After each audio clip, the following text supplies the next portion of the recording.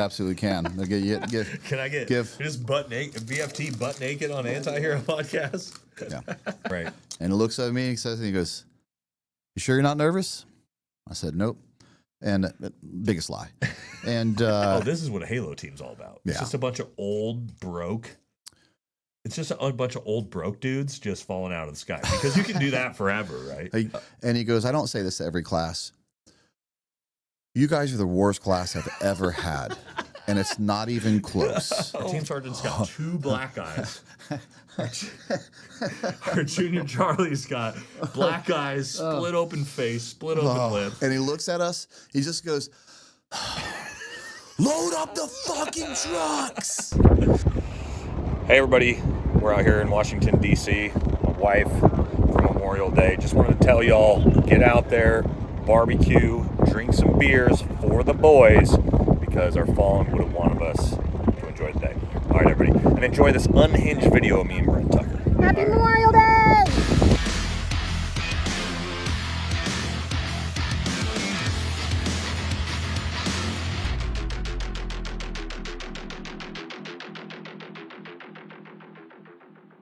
But all of a sudden, there's like 30 fucking guys running at us. And I'm like, oh shit, here we go. So as I watch all these dudes fucking sprinting at us, I'm like, okay, I got to duck around this vehicle. I get punched in the side of the head, like right here in the ear. I don't know where it came from. I almost get knocked down. As I look up, I'm like, oh, what do I do? And now, you know that game you used to play around the car with kids? Is like, you can't get me as I go around the car. Yeah. I'm doing that with a few guys, and then I get hit again from the side. And so I take off running down the street, because I'm like, what the fuck is happening? We're in a foreign country, mind you. I get to the end of the street, I turn back and look, and there's like 30 people running this way. I then play the game again. Right. Now I'm just running for my life. Right. I'm not like a Tim Kennedy 30, like a true 30. A true 30. I'm not trying to fight anybody. Right, I'm getting like sucker punched in the back of the head, the front of the head, and I'm just trying to like live. I start running back towards the Uber, because at this point I'm like 40 feet down this way. I run back. One of my 18 Charlie is against the fence with like 3 Filipino cops. Yeah. Who are like a part of the Muslim group. Right. Attacking us. Holding, I grab, I run up and just shove them, like these 3 tiny Filipino cops. I run up and just bulldoze them out of the way. Grab my 18 Charlie. My team sergeant has got my other buddy. Our Uber's down at the end of the road, and we all 4 of us are just sprinting to the end of the road, dive like headfirst into this Uber, and like Uber. Thank God this Uber waited. Somehow waited around. For us. For this whole time. Like, watch this happen. Dove in and basically escaped out of it. But yeah, I like my whole ear had been like fucking split open. My whole face was covered in blood. Do you have any? You probably don't know. Do you know what the guy was so upset about? No banging idea. on the window. Just no idea. Just Muslims doing Muslim things. Yeah, no idea. Random fucking in the Philippines didn't like the fact that we were Americans. Yeah, probably. And it turned into that. But and that's one of bar fight stories. Not one I was in, but we had a sister team, the mountain team in Mongolia. Maybe a couple months later, not Mongolia, Tibet. I think Tibet. They ended up getting in a bar fight even bigger than that, all getting put in prison. Oh. One of their junior Charlie got hit in the face with a chair, got like 40 stitches across his head. Yeah. And they ended up in prison for like a week until America could basically get them out. So yeah, I mean, like. Well, do you remember, was there any sort of punishment to that? Was it just like, no, one of the guys got stabbed a bunch of times. Like, it was bad. Wow. But not their fault. Like, it'll just be those things. Like, when you're in foreign countries, I was in Mongolia as well. We got in a bar fight in Mongolia when we literally were just in the bar. Right. And in Mongolia, it was like 6 dudes walked in the bar. I remember them just pointing. Mm-hmm. And I'm like, what? They just walked in. They walked in the bar, saw us, pointed at us. Like, we're big fans. We're big fans of you guys, but not that type of point. Basically, it was like, hey, there's Americans, we're fighting. Yeah. That turned into a bar fight, which is actually hilarious. That's another one. Should I just tell another one real quick? Sure. Yeah, I'm here for it. Because of where Mongolia sits with Russia, China, America, North Korea, it's a very sort of sensitive country for us to work with. Yeah, we were at a random bar, not doing anything, minding our own business. Like 5, 6 Mongolian guys walk in. As soon as they walk in, point at us, start yelling and whatever. I can't understand them, and then just rush like our 5 guys, and it literally turned into a bar fight immediately. In like the first 6 seconds, they walked in the bar. Bar fight breaks out. My team sergeant runs up, is at the time in front, tries to swing a punch, slips, right, hits nothing, falls to the ground, and immediately is just getting kicked in the face. One of my buddies, a Charlie, runs up to help him. He goes down. They're wrestling. I square off with the dude.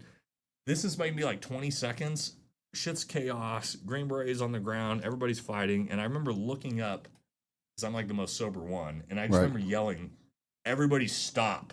Like a dad, like a timeout. Yeah, like a timeout. And everyone stopped. The Mongolians stopped. Yeah, we stopped because I had my team sergeants on the ground, right? Yeah, and they're like, "Okay," and I'm like, "Everybody stop. We need to leave." Right. And they were like, "Thumbs up."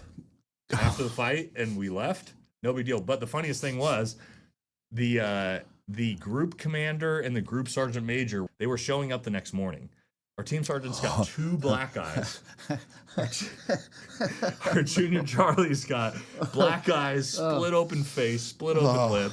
And so the whole next morning, our team sergeant's in these like giant, fucking Florida man. Yeah, like Viper sunglasses. Yeah. The entire day.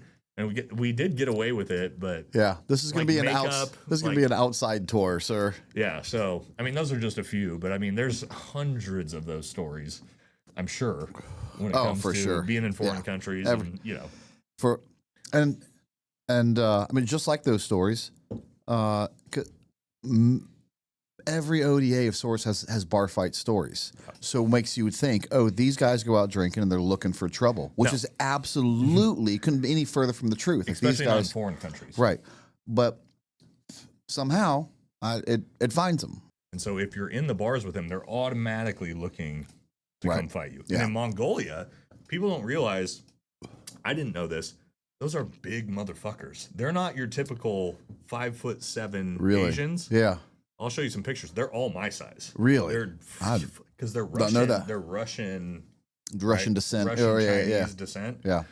So all of a sudden, like these giant fucking Asian dudes who are Mongolians, who come from a culture of 2,000 years of fighting. Or it's in their blood. Yeah, they're a little rowdy, obviously. We're fighting. Right. And you're like, but I don't want to fight. And they're like, but we are. Yeah, when it comes to a group of people like running to a fight, it's not called the French horde. Yeah, it's called the Mongolian horde. Yeah, it's called that for a reason. What's up, everybody? We're out here celebrating Memorial Day weekend in fashion with our partners at Tasty Gains Gummies, right? Talking about their pre-workout gummies. Guys, first time Tasty Gains has ever done a discount sale. Right now with code USA, you get 20% off for their Memorial Day sale. So if you haven't tried Tasty Gains gummies yet, highly encourage you to, okay? Get rid of that Red Bull habit, replace it with some good, organic, clean energy, all right? And if you do already use Tasty Gains, get yourself stocked up. Sale ends May 26th at midnight. Let's get after this.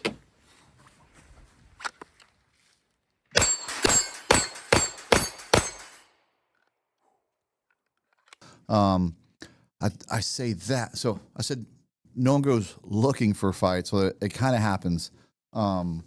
I forgot about this story until the last time me and some of my ODA friends got together. I'm not a big drinker. I don't like stirring the pot. I'm just when we go out and drink, I usually drink the least amount because I want to make sure everyone goes home and everyone has a job. Like I've always been able to have fun without drinking. I was that way on the teams too. Yeah, so I would just socially drink enough to make sure everyone else is having fun. On this night, however, why? I don't even know. We're on a dive trip somewhere off the coast of Florida. And this is why you were on the team? Yeah. Okay. On my dive team. And we're just bar hopping. We get to this last bar of the night. We get in like 1 a.m. Are you in Key West? No, somewhere closer, like I don't know, like Miami, like north of Miami somewhere. There's an Air Force base, just I think Patrick's is over there, and we're doing a dive requal there. And I just decided to get hammered that night, and I don't even know why. But this is what I do know, because it's a little blurry, but they were more than happy to remind me of the details. Our Charlie and our Bravo and a couple other guys over there playing beer pong. Oh, okay. And for whatever reason, the boys are going hard in the paint tonight. And so, like when we just played beer pong last night. It's the first time I played beer pong in a long time. Like when it goes in the beer cup, like or whatever, like you're supposed to put it in that wash water cup. Well, one of our Charlies decided like he's going to wash the ball in his mouth. Oh yeah, no. And then throw it back. And they're like, "Hey, dude, stop doing that. Yeah. Like, not cool." And so they'd go back again. They'd throw it, and he would put it back in his mouth and throw it. Ugh. And he's like, "Dude, come on! I'm telling you do that one more time, and I'm gonna punch you in the forehead." I remember that because I remember thinking, because I'm at the bar by myself, starting to think about, I would really like to go to bed right now. Like that's where I'm at. Until I hear this guy tell one of my teammates something very strange, which is, "I'm going to punch you in the forehead." And I remember like kind of waking up going, that's a weird thing for a man to say. Yeah. I look over and it's this guy tells that to my Charlie and one of my best friends. Yeah. And I decide, now I didn't know that the context, that he's the problem. Yeah, that he's the problem. 'Cause he's usually a pretty quiet guy, but tonight he's the problem. Yeah, yeah. And so I walk up right over that dude, and I put my finger right in his cheek, and I press hard and said, I bet you don't touch him. I guarantee you don't touch him."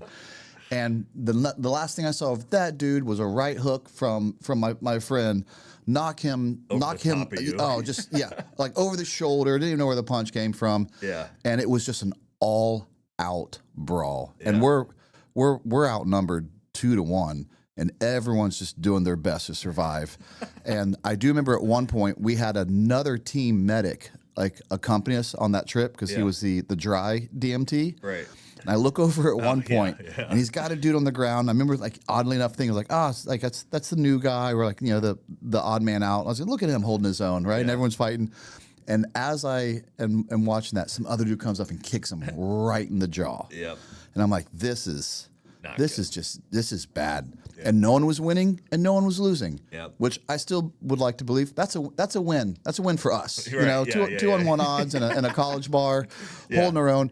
The security comes in and eventually breaks it up and takes us all out.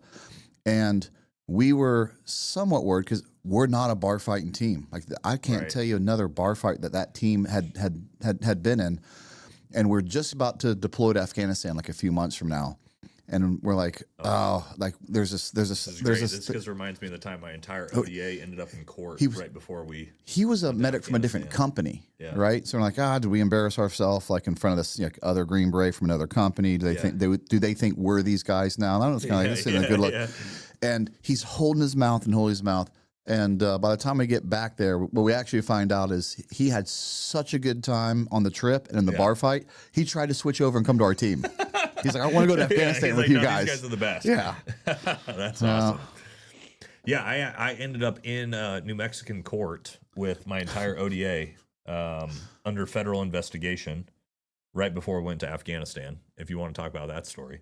Besides, we're good. It's just that it's on now. They can see us. All right. That makes no sense to me, but I'm not going to fight it. I'm glad it is what it is. No. We're here for it. Did you guys have anyone go to the unit from 1-1 or any of your friends? Buddies over there right now. No. So my ODA commander, team leader, he's over there right now. One of my buddies from my dive team, my initial dive team, he's over there right now. Oh, that was a question. How many different ODAs were you on over the span? Okay. Yep. So I was on a dive team initially for 3 years, mountain team for about a year and a half. Did you go to dive school? No. Okay. Yeah, which people hear that and they're like, "How is that possible? How are you on a dive team for 3 years?" Happens all the time, actually. Yeah, it does. We had 3 or 4 guys on the team that were on the team 3 or 4 years. Never got to go. Mainly because of just the op tempo in Afghanistan. Yep. That was the focus. And we had a sergeant major at the time who said, I don't care about infill platform schools. While you guys are preparing and going into Afghanistan, that's the focus. I did MAC multiple times. I got injured. The biggest problem is I got injured my first time at MAC. I tore my What's MAC? maritime assessment course. Okay. So it might be. This is like gone back and forth with dive teams. So the maritime assessment course, when I was on the dive teams, was the prerequisite to go to dive school. It's basically you had to go and learn all of dive school's day one events. Yep. The 9 events, and then you had to be able to pass those to be able to actually be qualified to go to dive school. The idea was like, hey, if we've guaranteed that you can pass all 9 events for day one of dive school, it's going to increase the success rate. Are we still good? Yeah. So we used to call that. It used to be called pre-scuba. Pre-dive. Yeah, same thing. It used to be called pre-scuba, and then there was this thing that. So command came out and said, "Here's a little dive school history." Yeah. Wars kicked off, and guys didn't have time to go to pre-scuba and dive school, but we still wanted to get guys through dive school. So command came out and said, "Hey, no more pre-scuba. If you can go to dive school, go to dive school." Right. And then guys were showing up unprepared. Yep. And failing immediately. And so then because technically you couldn't go to pre-scuba, they renamed it the Strong Swimmer Course. Yeah, that's and MAC. did the same thing. It's the maritime assessment course. Right, and it's not like it got changed again. But yeah, it was horrible. So my first time at MAC, and this is a 3-week course, right? So it's a 3-week course to prep you for the first day of dive school, is what it is. Yep. But anyway, I got injured. I tore my meniscus first time at MAC, which that would have been my window to actually go. Yep. And then by the time I recovered, then we were in the train up for Afghanistan, came back from Afghanistan, had surgery on both knees. And by the time I recovered, back on another deployment, and then by the time I finally how'd you hurt your knee in at Afghanistan MAC? And MAC? I think you said you got hurt in MAC. yeah, MAC. So we were doing dumb shit. We were of course we were doing dumb shit. We were doing hill sprints with rucks on in January in MAC in Washington. Yes, before the pool. And as I'm running down the hill with this fucking rucksack on, my knee jams out, and I tear my fucking meniscus. My team sergeant on command was obviously furious. They stopped doing that immediately. There was no more of that, but I was sort of the casualty of that, and it worked out for the best. I got to go to a mountain team. I got to get mountain qualified.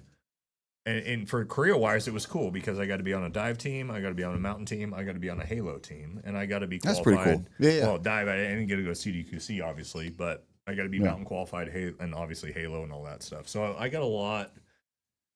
I think I ended up getting more sort of value out of that happening because otherwise I would have just been on a dive team for my whole career. I wouldn't have got to actually experience a bunch of different things. So and as great as the dive team is, the dive team is great. The dive team sucks. It sucks when you and the Halo team go out and do your training, right? And then they come back with all these stories of basically just jumping out of the plane, having a bunch of fun, and just dive operations are a lot of work. Yep. It's a lot of prep before you dive. The dive can take a long time depending on whatever training situation you're in, and then the cleanup of that day. It's just, and then because it's such a physical activity of insertion, not just falling in the sky. Yeah. And that's, as a Halo guy, it's not a knock. I mean, don't get me wrong. Halo things can be very taxing as well. I'm not saying, level 1 I'm not saying it's by it's the just end of a nothing level but fun. 1, you're like, God damn, this But is man, fucking between the two, just diving sucks. Yeah. It just sucks. And the cool thing, I'll get into the Halo team or Halo, but mountain was cool. That was the thing I was the worst at. I wish I could say I was awesome at it. That was scarier to me than anything water or Halo. Really? On a mountaineering. Yeah, like true mountaineering. And you're literally rock climbing, right? Faces like this. Yeah, I'm out. And I'm only 20 feet off the ground, right? And I was just be horrified, right, the entire time. And then you go do Halo, and you're 18,000 feet off the ramp, and you're like, okay, this is no big deal. Well, here's the difference, and it's but it's true. That nothing happens bad in the air. Right. One, that you don't have a second chance. Plenty of time to fix. Plenty of time to fix. If everything goes catastrophically wrong, you have a second chance at it. Yeah. And then when even when there's incidents, when you go back, it's almost always user error that induced it. It's so jumping out of airplanes is so safe. Yeah, and comparatively if you do it right. to mountaineering, I would watch our level 1 guys, right? Our lead climbers they're lead climbing, which means there's no pro in the wall as they're climbing up. You know, they said in their a pro is for the viewers, basically a piece of equipment that goes into the wall, you lock in, and then you put your safety harness to it so you can continue to climb. But then they go 10, 15 feet above that last pro. And I would watch these guys like, oh, just a piece of rock fell out, and then they fall 30 feet. Right. And you're just like, okay, yeah. But in the sky, you're right. It's like I have 30 seconds to figure out what's going wrong. Right. And I got reserves. And in mountaineering, it's like that one wrong gravel that comes out. I'm just going to potentially fall. Right. There's nothing you can do about it. Yeah. Did you ever get a 30,000 foot jump in? 18,000 is as high as I jumped. Yeah. I know that's one thing. I only went to Halo through the unit. And so there's some things like you realize that you take a little bit for granted because it's standard over there, and we get a lot of those over there. I mean, because we have so much resources. I'm not saying it's always easy, but if you want it, like you'll get it, and you'll get it in the schoolhouse for sure. You'll get a couple in the schoolhouse, and you'll get one once a year, you know, at Squadron. That's crazy. And but then are you doing hay-hos from 30? You can't, right? Like you have to like break past a certain point, right? No, almost always hey-hos. 30,000 Yeah, feet? because if you really think about it, that's what. So I was doing hey-hos from 18. Right. I mean, that's your biggest advantage to be 30,000 feet, and you can move 50 miles. That's right. Yeah, but you hate it because and even at 18,000, like you're feeling this. Oh, what do you dress for? Do you dress for the massively cold elevation, or you're miserable either way? Because if you dress for the cold, then you're sweating your ass off on the ground. The funniest thing is we would do our level 1s. It's always in like Arizona or Yuma or whatever. And you're right. You would be like completely bundled up. We would wear surgical gloves underneath our regular gloves, and it's 100 degrees on the ground. Yeah, but it's negative 20 at altitude. When you jump out and you get down and then you finally hit the ground, your fingers are throbbing because your like blood is running back. But also then by the time you're on the ground, because you're in the air for ever. And people don't understand how uncomfortable you are. So if you do like a true wall locker 30,000 foot jump, oxygen, O2 mask, ruck, weapon, nods. Yeah. It's horrible. Everything's wrong. Nothing feels comfortable. So by the time you jump out, and there's so many variables. You're just dealing with it. And under canopy, it's not comfortable under all that shit either. Right. And then when you get under canopy, you have a whole other set of but the difference is like when you're falling, you just deal with it. Yeah. And as a younger jumper, like you would kind of just deal with it as well, like in the harness. Yeah. And as an older guy, you're like, no, I don't care. I don't care if I'm floating out into the distance. I'm gonna fix this. I'm gonna get comfortable. I'm gonna be under canopy for an hour. I'm not dealing with this. Well, you can come around and get me if I end up being the low jumper. I don't care. I'm not dealing with this. Yeah. No, I mean, and I was fortunate. I did the end of my career on a Halo team, and it was one of those things of like coming from a dive team, mountain team, and then ending your career on a Halo team. You're like, and my Halo team, the funny thing I tell people about this, I was 37 on the Halo team, and I was like the 7th oldest guy. So I mean, like we had 6 guys over 40. And then I think our youngest, that's pretty crazy. Our youngest guy was our team leader, of course, at 27. Right. Our youngest enlisted dude was Ben. Ben was in maybe 30, 28, 29. Our youngest guy was close to 30.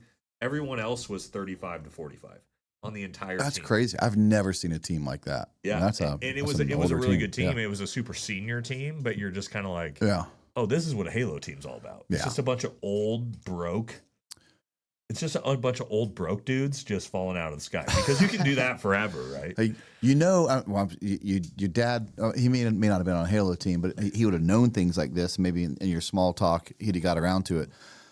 Back in the day, before altimeters, or before they were widely used, what do you mean thumbs? This is how MAC-VSOG initiated it. I know this because... Go ahead. Keep going. Okay, so as they're falling to the ground, as they're getting close, they use a thumb to judge the size of whatever they've picked out as sort of their altimeter as to when they're actually going to pull their parachute.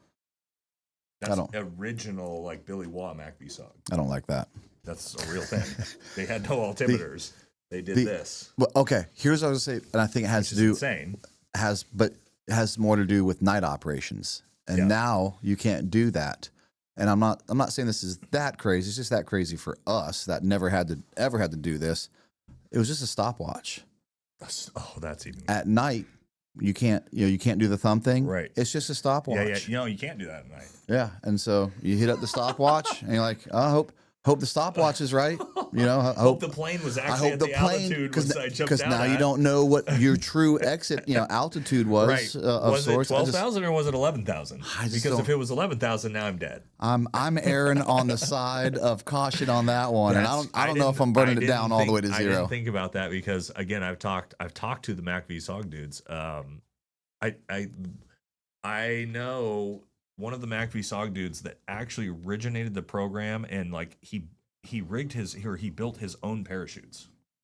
That's how he started it, and he was the one that was telling me like, we would just use our thumbs, and just point them next to something as a vehicle or whatever we could find, and then when it made sense, that's when we pulled our parachutes. Dude, these are probably bad examples, but hey, he was right.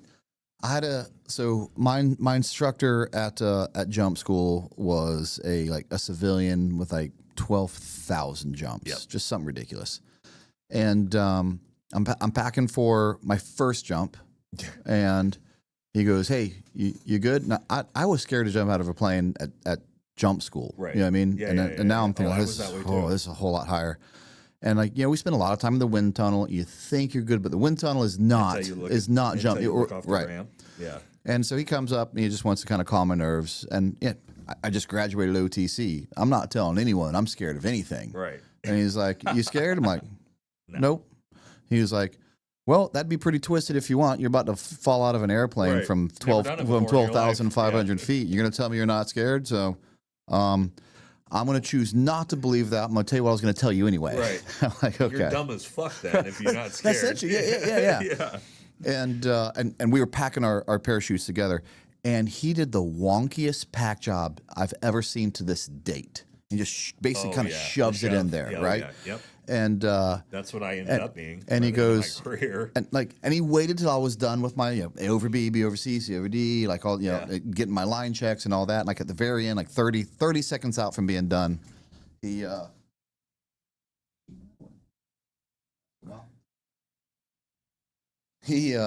we still going? Are we? Yep.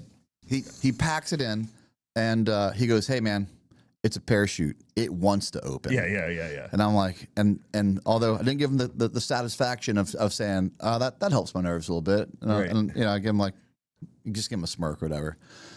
And now we're walking to the plane, and my legs are shaky. I'm like, shit, like you've been preparing for this like this day, like you're gonna do it. Right. And he looks at me and he goes, "You sure you're not nervous?" I said, "Nope." And biggest lie. And he goes, "Same thing. Well, just in case you are," that's when he tells me. He goes, "I have 12,000 jumps. I assure you, there is nothing that you can do in that air that I can't fix." Right. Yeah. That's not a challenge, but I promise you, I promise you, you are going to get to the ground. Yeah. And there's just no other outcome of this. No, it's one of. And he told me that, and and that one actually did it. I was like, this dude's right. Like this, we're good. And it's probably the safest thing we do. When you look at fast roping, when you look at dive, when you look when you look at mountaineering, when you look at rappelling, when you look at all these things, like from a strictly, unless I do know we had a guy in first group who ended up getting killed because caveat, he was a very experienced jumper. He jumped out, had a weird thing happen where his reserve deployed. That is weird. When he jumped out, his reserve, something got caught. No, he hooked up his rucksack to his reserve harness. Yep, and it goes back to operator error. So you probably and he's not the first person to do that. You've probably heard this story before, but anyway, he was very experienced. He hooks up his reserve, or hooks up his ruck to his reserve harness. He jumps out. So again, the reserve pulls. So he feels like, oh, I had a malfunction. My parachute pulled. He doesn't realize his main's gone. So for those of you who realize, if I pull my parachute, my reserve, my main cuts away. It's fucking gone, right? So as he jumps out, the reserve pulls. His main's gone. He doesn't know he has his reserve. He's on his backup, and he has a malfunction with the reserve. So he starts to panic. He pulls out a knife because he can't. He's trying to cut away. He's trying to cut away. He's trying to cut away. Right? Like he's doing his emergency procedures. Yep. Nothing's happening. He's fucking doing this. And so what does he do? So I got to cut this away so I can then do my... Yeah. Pulls a knife out, cuts his reserve away. Literally cuts away. There's nothing left. He falls to his death. That's what I mean by that. That's like an extreme caveat of user error. Mm-hmm. But the odds that you jump out, your main parachute and your reserve parachute both malfunction that you're not going to get to the ground safely. Yeah, and it's a Powerball ticket. It's a horrible story. But at the end of the day, the other truth is, sounding by that malfunction, it didn't matter what he was going to do. It more than likely wasn't going to self-correct. No, probably. I think he was probably dead no matter what, because like the main's gone, your reserve has a malfunction. Yeah. Oh. But I'm gonna tell you a Q course story. Okay. Go. To us, no one likes to tell basic training stories, but guys tell Q. But that is our basic training, you know, of sorts. So, and I know you'll enjoy this because you went through. Like I can tell this story to people who didn't, and it's still amusing to them. I can tell you, I know for like you'd be like, I get that. So, phase 2, and we're doing our very first, like, from planning to infill to ambush to exit, like our very first one, like full mission. And we have this feeling that we're not doing so hot, you know, but we're always our own biggest critic. But it does seem like we've given the cadre more ammunition than most teams, and he's been led on to kind of let us know that. But you also like, he tells everyone they're bad. So. You do start to learn by the end, like when you're fucked up and when you're not fucked up, though, right? Yeah. And this is also what's crazy. This is from guys who just graduated the STAR course. Like it's outside of West Virginia. It is the hardest land navigation course in the whole military. Oh yeah.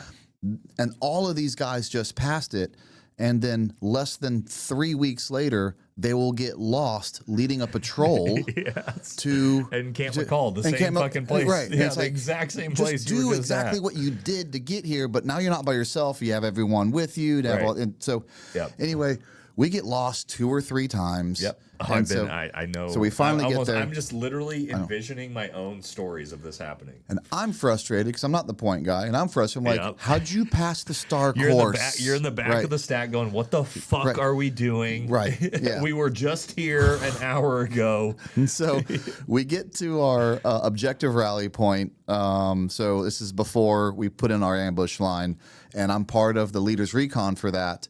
And this is the first thing that you're not ready for, is the first time you go out forward.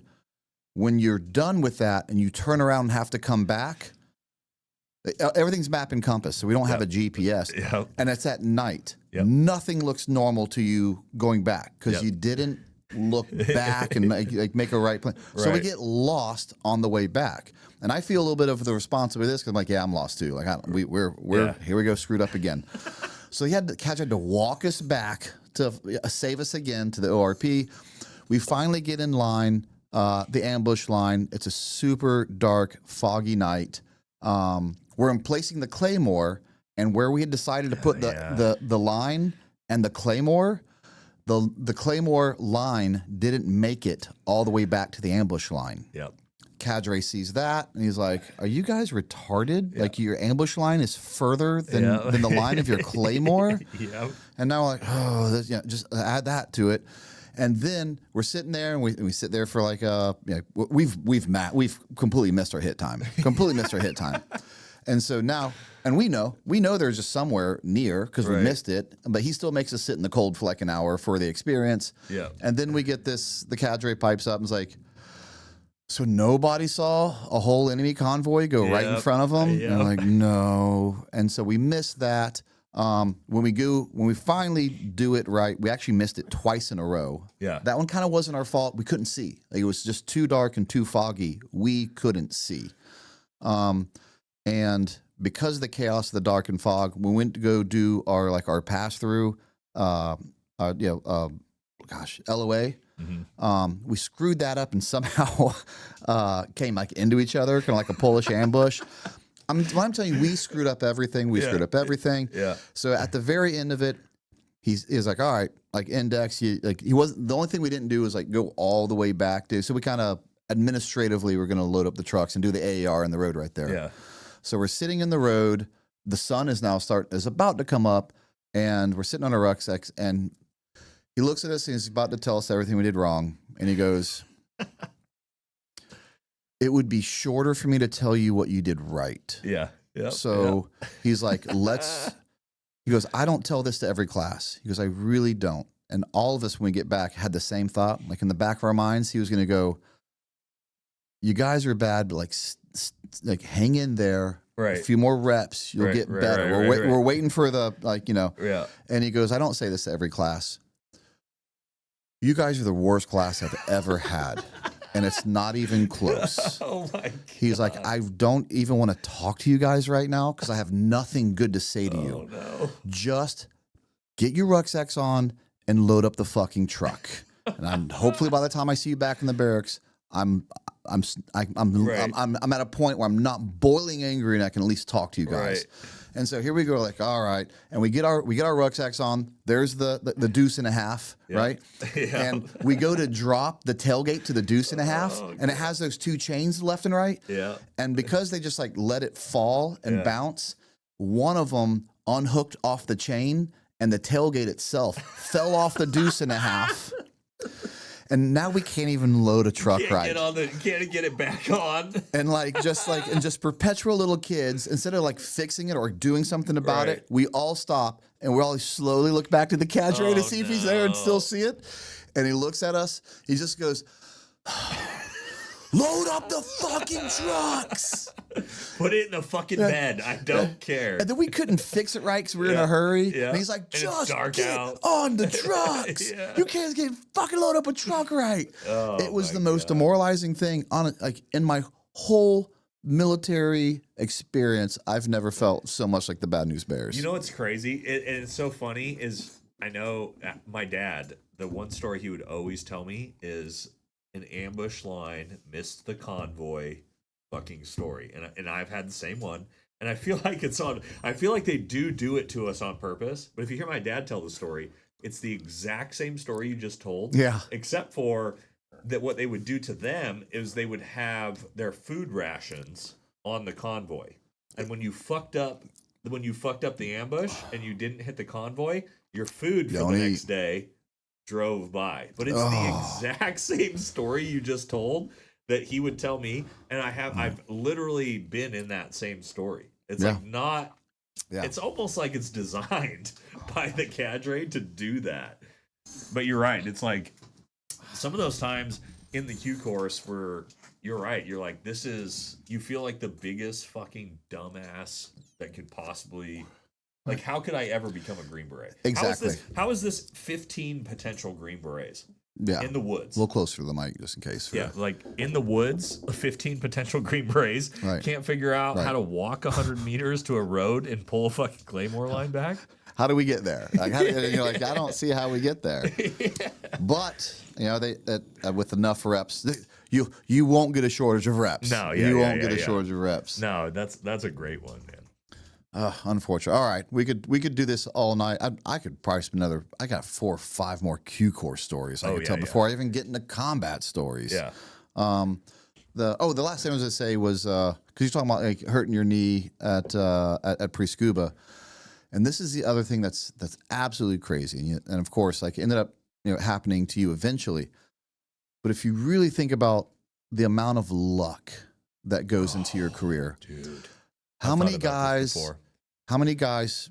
tear their ACL in selection walking in the dark? Heat cat, rhabdo, just We had a guy stick in the eye.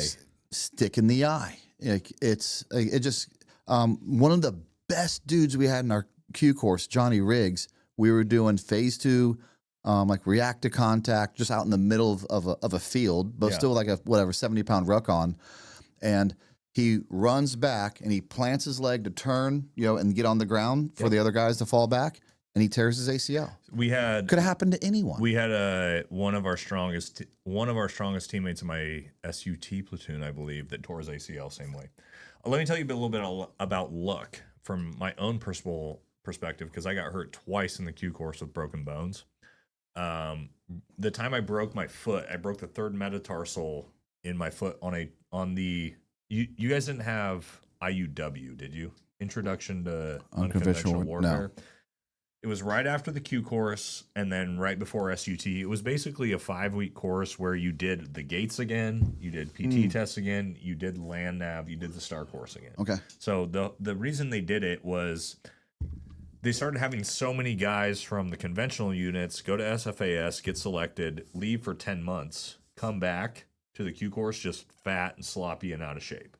So they put IUW in there to just basically weed all those motherfuckers out. You show back up to the Q course. Okay. Guess what? Here's all the gates again. If you can't handle it, you're gone. So I'm doing the 12-mile ruck test again in North Carolina. It's August. It's been raining all night. I don't know if I wish I could remember the roads, but there used to be the 12-mile course where the first 3 miles was dirt and you hit like the pavement. You went for 3 miles out, 3 miles back to the dirt. I'm sure all the guys in the Q course remember that. But I'm 3 miles in. I get onto the pavement portion, which is this big downhill. And it's been pouring. And I'm running downhill with my rucksack on because that's what you got to do to make your time. And I step in what I think is, because I'm on like the grass and the pavement, you know what I mean? Like this. And it looks like just a little puddle. Right. I step in it. It's not a little puddle. It's like 2 feet deep, right? Right. As I step in and I fracture my third metatarsal in my foot 3 miles into the ruck. I'm too fucking dumb and stubborn to stop. So I'm like, well, I'm sure that was just a ligament injury. Right. I'll just keep running.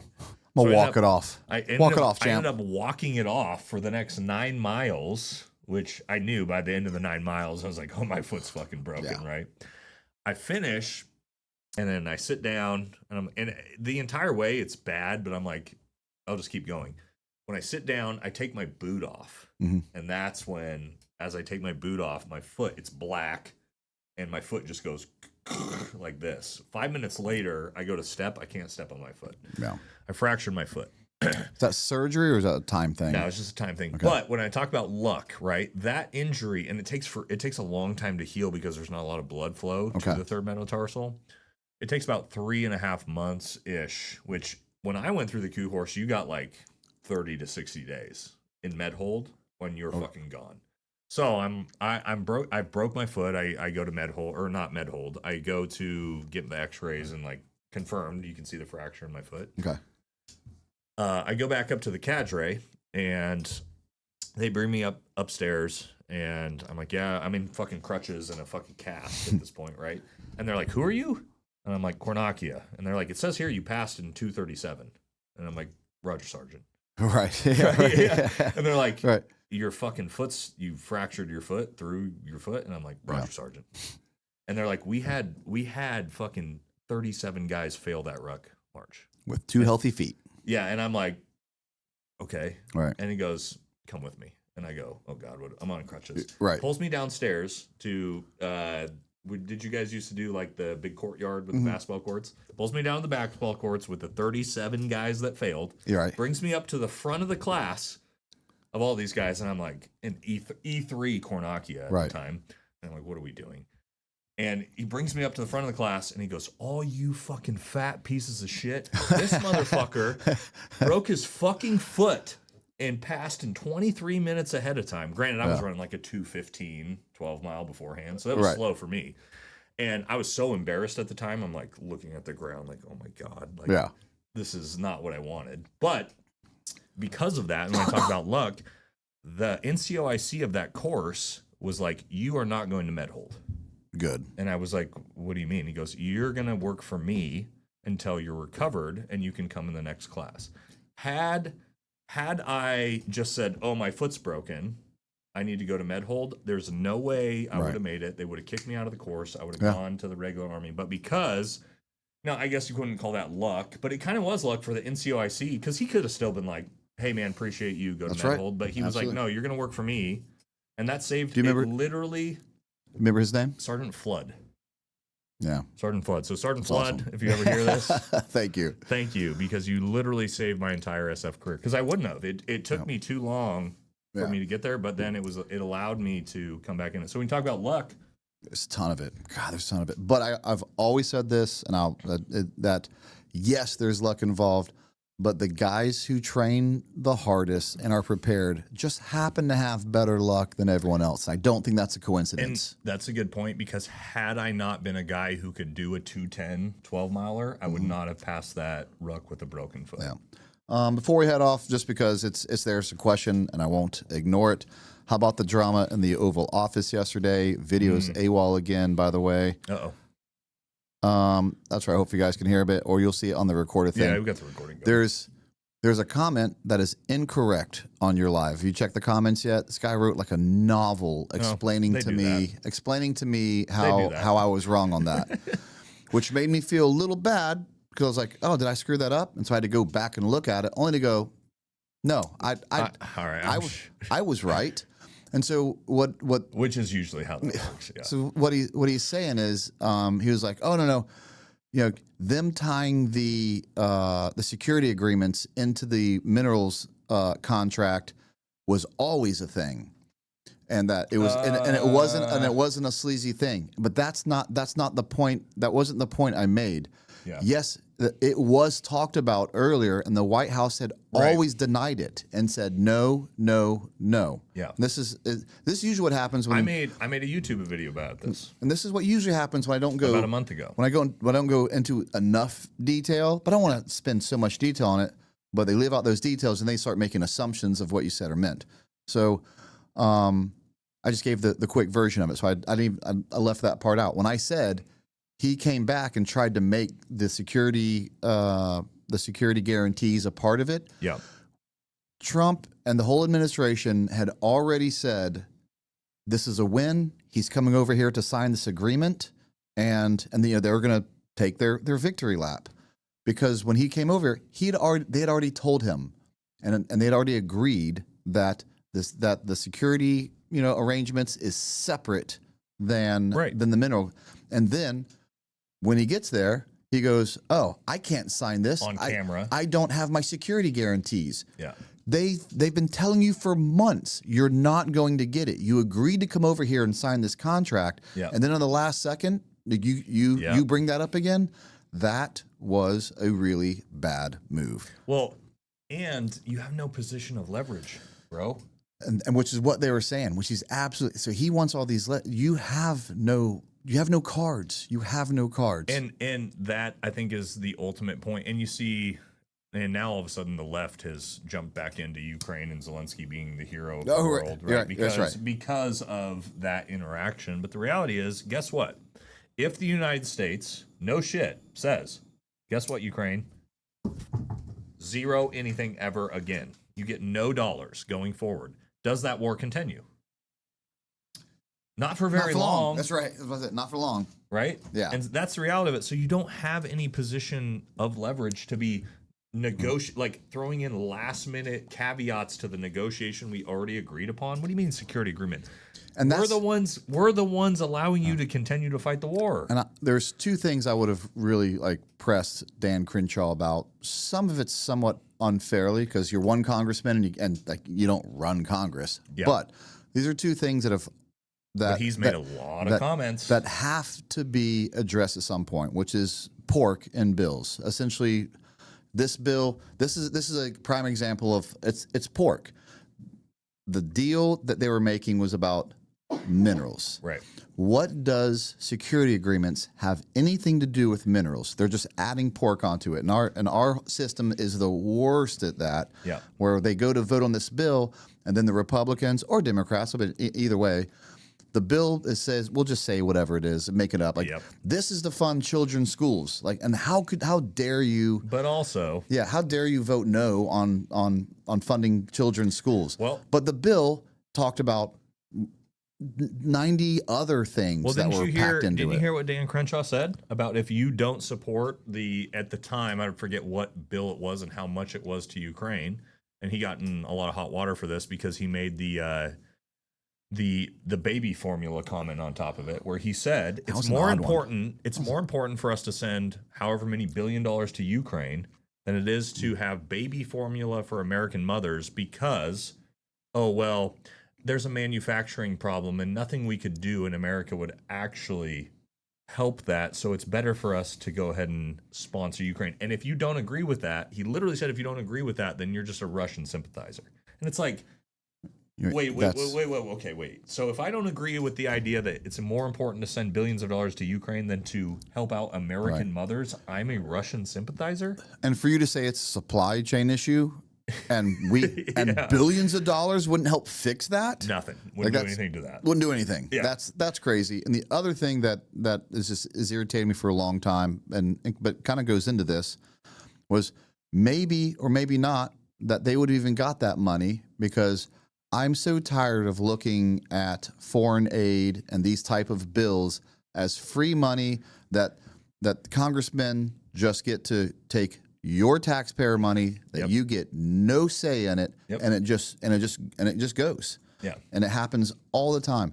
I want a bill that says if it's over, make it up, $10 million, then the American people have to vote on it. Do the American people want their tax money going to this or not? Because we get no say, and the billions and billions and billions of dollars that go to shitty things across the world.